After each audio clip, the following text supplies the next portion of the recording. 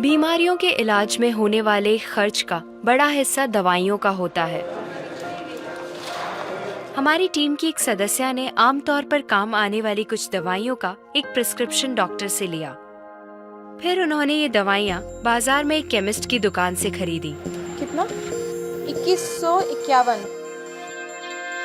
और यही दवाइयाँ उन्होंने जेनेरिक मेडिसिन की दुकान से भी ली। कितना हुआ इसका? 354। दवाइयों की कीमत में जमीन आसमान का फर्क दिखाई दिया। राजस्थान में कम कीमत में मिलने वाली इन जेनेरिक दवाइयों की शुरुआत की चित्तौड़ के पूर्व कलेक्टर डॉक्टर समित शर्मा ने।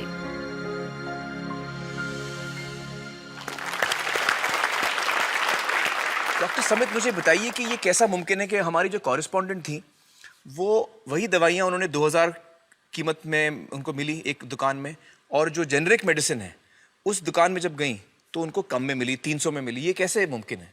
ठीक इसी समय प्रतिक्षण प्रतिपल एक ट्रेजेडी हमारे चारों ओर घट रही है। अर्थक्वेक की या कोई सुनामी की बात करें, उसमें जितने लोगों की जानें एक दिन में जाती हैं, उससे ज़्यादा जानें प्रतिदिन इस ट्रेजेडी की वजह से जाती है। वो क्या ट्रेजेडी है? वो ट्रेजेडी ये है साहब कि जो दवाइयों की जो वास्तविक कीमत है वो तो बहुत ही कम है, पर जो दवाइयाँ हम जब बाजार से खरीद के लाते हैं तो हमें वो 5 गुना, 10 गुना, 20 गुना, कई बार तो 50 गुना से भी ज़्यादा दामों पे हम उसको खरीदते हैं। जैसे हम भारत में अगर देखें कि 40 करोड़ से ज़्यादा लोग ऐसे हैं जो अपने लिए 2 वक्त की रोटी नहीं जुटा पाते, तो क्या वो उस दवा को खरीद सकते हैं? बहुत सारे लोगों को इस वजह से दवाई नहीं मिल रही। यस, WHO कहता है कि स्वतंत्रता के 65 वर्ष पश्चात आज भी 65% of the Indian population lacks regular access to essential medicine. जो मेन दवाई हैं, जो आवश्यक दवाइयां हैं, वो उन तक नहीं पहुंच पाती रकम की वजह से। मुझे बताइए कि ये जो जेनेरिक मेडिसिन जो हम कहते हैं, अभी ये अंग्रेजी का शब्द है, इसको हिंदी में कैसे समझाएं? मैं आपको बहुत सरल भाषा में बताता हूँ। हाँ। तो ये जेनेरिक नाम जो दवा का जो मूल सॉल्ट है, जो इसके अंदर जो दवा है उसका नाम है, केमिकल नाम, उसका केमिकल नाम है। अब जैसे और उदाहरण अगर सरल करके बताएं इसको, तो जैसे ये लड़की दुबली पतली सी नजर आती है, तो मैं अगर डॉक्टर हूँ हाँ। तो मैं इसको ये कहूँ 1 गिलास दूध सुबह 1 गिलास शाम को पिया कर। पर चिकित्सा के व्यवसाय में दुर्भाग्य से हमारे देश में ऐसा नहीं हो रहा। हम ये नहीं कहते कि आप भैंस का दूध लेके आइए, हम कहते हैं कि वो रामू की भैंस का दूध लेके आना। यही ब्रांडिंग है। ये जब उसकी दुकान पे जाती है, वो कहता है 500 रुपए लीटर है, लेना है कि नहीं लेना। तो जो 30 रुपए की चीज है वो 500 रुपए में मिलती है।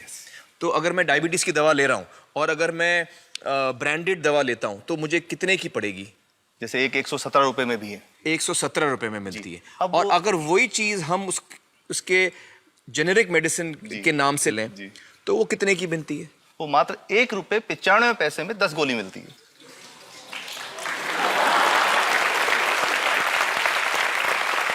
और दोनों गोलियों में कोई फर्क नहीं है किसी किस्म का? 100% समान, क्योंकि इसकी उत्पादन लागत ही इतनी है। उसका manufacturing, packaging, transport, retail margin, जो उसके मार्जिन जो हैं, जो हमारे ज्यादा वो सब मिला करके उतने की ही पड़ती है।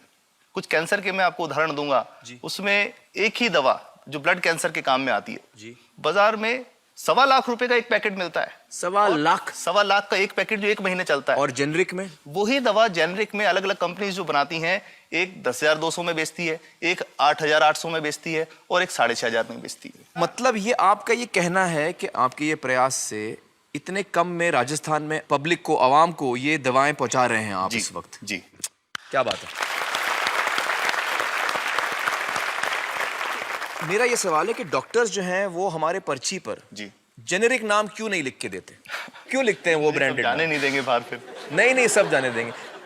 जब एक नया मेडिकल प्रैक्टिशनर जब प्रैक्टिस शुरू करता है तो उसके पास जो कंपनी के जो मेडिकल रिप्रेजेंटेटिव्स होते हैं, सेल्स बढ़ाने का उनका काम होता है, मार्केटिंग प्रिंसिपल के हिसाब से सेल्स एजेंट होते हैं बेसिकली। फिर वो कहते हैं साहब आप हमारी जो दवा है यही लिखना, ये बहुत बेहतर दवा है, इससे मरीज ठीक होगा। और उनको डॉक्टर्स को लिखने के लिए उनको प्रेशराइज किया जाता है, उनको टेम्प्ट किया जाता है।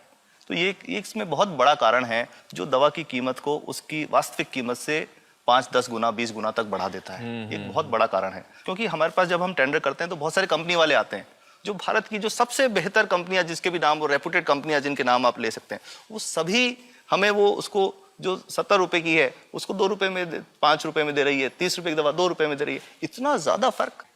तो कंपनी तो दे सकती है और देना चाहती है और हमें देती भी है इतनी कम दामों में, हमें दे रही है ना, ये संभव तो है। अच्छा, मैं आपको बताऊंगा कि भारत से हम लगभग 45,000 करोड़ रुपए की जेनरिक दवाइयां प्रतिवर्ष विदेशों को निर्यात करते हैं। आप भेजते हैं दुनिया भर में जेनरिक, ये जो सस्ती दवाएं हैं आप विश्व भर में भेजते हैं, और हमारे लोगों को नहीं मिल रही। हमारे देश में महंगी है, हमारे देश में महंगी है, और अगर ऐसा है तो हमें कोई ईस्ट इंडिया कंपनी की जरूरत नहीं, हम वापस उसी दिशा में जा रहे हैं। आपने जब ये शुरू किया तो आपको कोई रेजिस्टेंस फेस करना पड़ा राजस्थान में? देखिए, जो प्रयास हम कर रहे हैं ये बेसिकली धारा के विपरीत बहने का एक प्रयास है जी। काफ़ी थ्रेट्स भी हैं, क्योंकि इसमें माफियाज भी हैं, ड्रग माफियाज जो ऑपरेट करते हैं, और हम हमेशा ये बात कहते हैं कि हम 100 साल से भी पुरानी शोषण की व्यवस्था को बदलना चाहते हैं, पर हमने हमेशा डॉक्टर्स को दोषी नहीं माना। जी। सारे डॉक्टर्स बुरे नहीं है, 50-60% तो जेन्युइनली वो चाहेंगे कि गरीबों को कम कीमत पे दवा मिल जाए, वो चाहेंगे। और आज भी ऐसे डॉक्टर्स हैं जो अपने घर से सैंपल्स ला करके अपने जेब से पैसे निकाल के मरीज का इलाज कराते हैं, ऐसे डॉक्टर्स आज भी हैं। बिल्कुल सही। तो मैं इनको एक उदाहरण भी बताता हूँ कि कैसे हमारे जो काम वाली थी उसका बच्चा था छोटा, इंसिडेंटली हम कोई समय छुट्टी मनाने कोई बाहर गए, जब हम लौट के आए 10-12 दिन बाद, तो वो लक्ष्मी के साथ उसका छोटा जो बेटा था राजू, वो भी उसके साथ आता था जब, और मेरे बच्चों के साथ खेलता था, मेरे बेटे के साथ खेलता था। तो वो लक्ष्मी अकेली ही आई, राजू नहीं आया। तो हमने पूछा कि क्या हुआ, तो उसने जो बात बताई कि साहब वो उसको, आप गए थे, उल्टी दस्त हो गया था। उल्टी दस्त की बीमारी के लिए वो जब दवा लेने गई तो केमिस्ट ने उसको कहा कि इसके तो 400 रुपये लगेंगे। तो उसने कहा साहब मैंने खूब मांगा, मेरे पास 400 रुपये मुझे नहीं थे, और मेरा बच्चा रात को ही उसको दस्त आते रहे, वो ख़त्म हो गया। और मैं आपको ये कहना चाहता हूँ कि वो जो दवा लिखी थी कि वास्तव कीमत 1.5-2 रुपये ही है, तो वो बच्चे की जान बच सकती थी। 65 वर्ष के बाद भी अगर कोई बच्चा उल्टी दस्त से मर जाए तो मैं नहीं समझता इससे शर्मनाक बात कोई हम लोगों के लिए हो सकती है। और सबसे बड़ी बात कि इसे आसानी से बदला जा सकता है। हमें सबको एक समन्वित, एक संगठित प्रयास करने की जरूरत है। ये तो कुछ भी नहीं है, कोई नई फैक्ट्री खोलनी नहीं, कोई नई दवा नहीं बनानी, ये सब जो गलत चल रहा है इसको रोकना ही तो है।